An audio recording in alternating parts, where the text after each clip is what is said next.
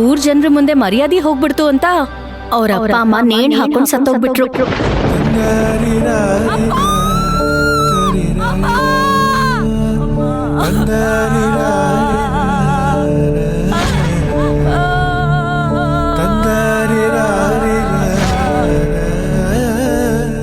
ನಿಮ್ಮ ಪರಿಸ್ಥಿತಿ ನಾನೇ ಕಾರಣ ಆಗ್ಬಿಟ್ಟೆ.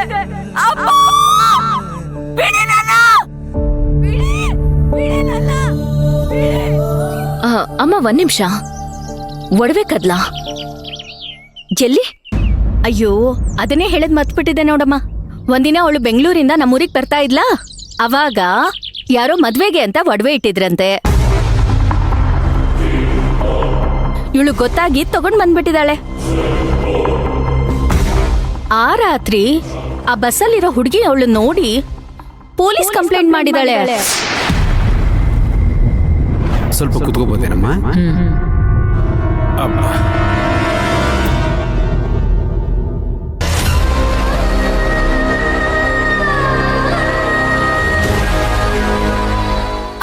ಒಂದ್ ನಿಮಿಷ.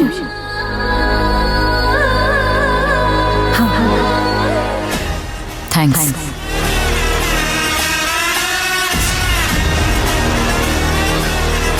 ಸರ್ ಯಾವ ಕಲರ್ ಬ್ಯಾಗ್ ಅಂದ್ರೆ? ಕಾಫಿ ಕಲರ್ ಬ್ಯಾಗ್ ಕಣವ. Coffee colour. ಕಾಫಿ. ಸರ್ ನಿಮ್ ಪಕ್ಕದಲ್ಲಿ ಒಂದು ಹುಡುಗಿ ಕೂತಿದ್ಲಲ್ಲ? ಹ್ಞೂ ಕಣವ, ಕೂತಿದ್ಲು. ಅವರೇ ಅದನ್ನ ತಗೊಂಡು ಇಳಿದ ಹಾಗಿತ್ತು. ಅಯ್ಯಯ್ಯೋ,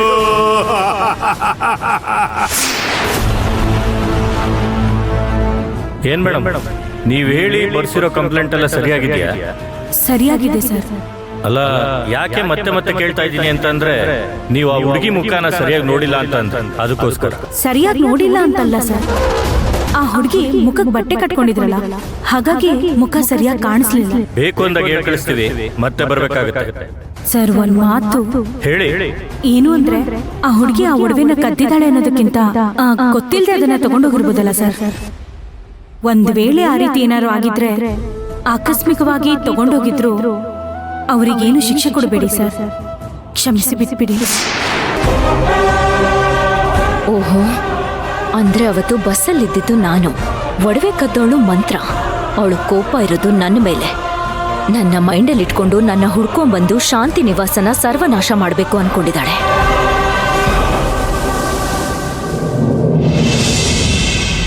ತಪ್ಪು ಮಾಡಿರೋದು ನಮ್ಮ ಯಜಮಾನ್ರೆ. ಯಾಕ್ರಿ ಸುಳ್ಳು ಹೇಳ್ತೀರಾ? ನನ್ನ ತಂಗಿ ಮಾತು ಕೇಳ್ಕೊಂತಾನೆ ಇದೆಲ್ಲ ಮಾಡಿರೋದು ನೀವು.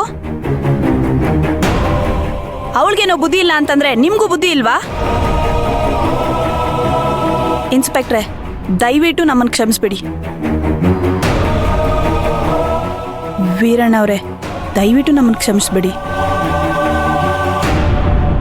ಅಮ್ಮ, ನೀವಾದ್ರೂ ವೀರಣ್ಣಂಗೆ ಹೇಳಿ. ಏನಮ್ಮ ಹೇಳಿ ನಾನು? ಅವ್ರ ತಲೆ ಮರೆಸ್ಕೊಂಡಿದ್ರಲ್ಲ, ಅದನ್ನ ಹೇಳ. ಪೊಲೀಸ್ ಸ್ಟೇಷನ್ ನಲ್ಲಿ ಅವಮಾನ ಅನುಭವಿಸಿದ್ರಲ್ಲ, ಅದನ್ನ ಹೇಳ. ಒಳ್ಳೇದನ್ನ ಮಾಡಕ್ ಹೋಗಿ ಈ ತರ ಕೊರಗ್ತಾ ಇದಾರಲ್ಲ, ಅದನ್ನ ಹೇಳ. ಯಾವ್ದನ್ನ ಹೇಳಿ? ಅವ್ರಿಗೆ ಹೇಳೋ ಪರಿಸ್ಥಿತಿಲಿ ನಾನಿಲ್ಲಮ್ಮ. ಯಾಕಂದ್ರೆ ಅವ್ರೇನು ತಪ್ಪೇ ಮಾಡಿಲ್ಲ. ಆದ್ರೂ ಅಪರಾಧಿ ತರ ತಲೆ ತಗ್ಗಿಸ್ಕೊಂಡು ನಿಂತಿದಾರ ನೋಡು. ಹೇಳು, ಏನ್ ಹೇಳಿ ನಾನು?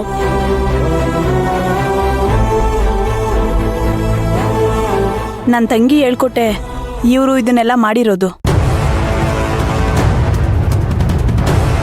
ಅವಳಿಗೆ ನನ್ನ ಮೇಲೆ ಹೊಟ್ಟೆ ಉರಿ. ನನ್ನಿಂದ ನನ್ನ ಗಂಡನ್ನ ದೂರ ಮಾಡಿದ್ಲು. ಕೊನೆಗೆ ಇವ್ರಿಗೆ ಎಂತ ಬುದ್ಧಿ ಕಲಿಸ್ಬಿಟ್ಟಿದ್ದಾಳೆ ನೋಡಿ.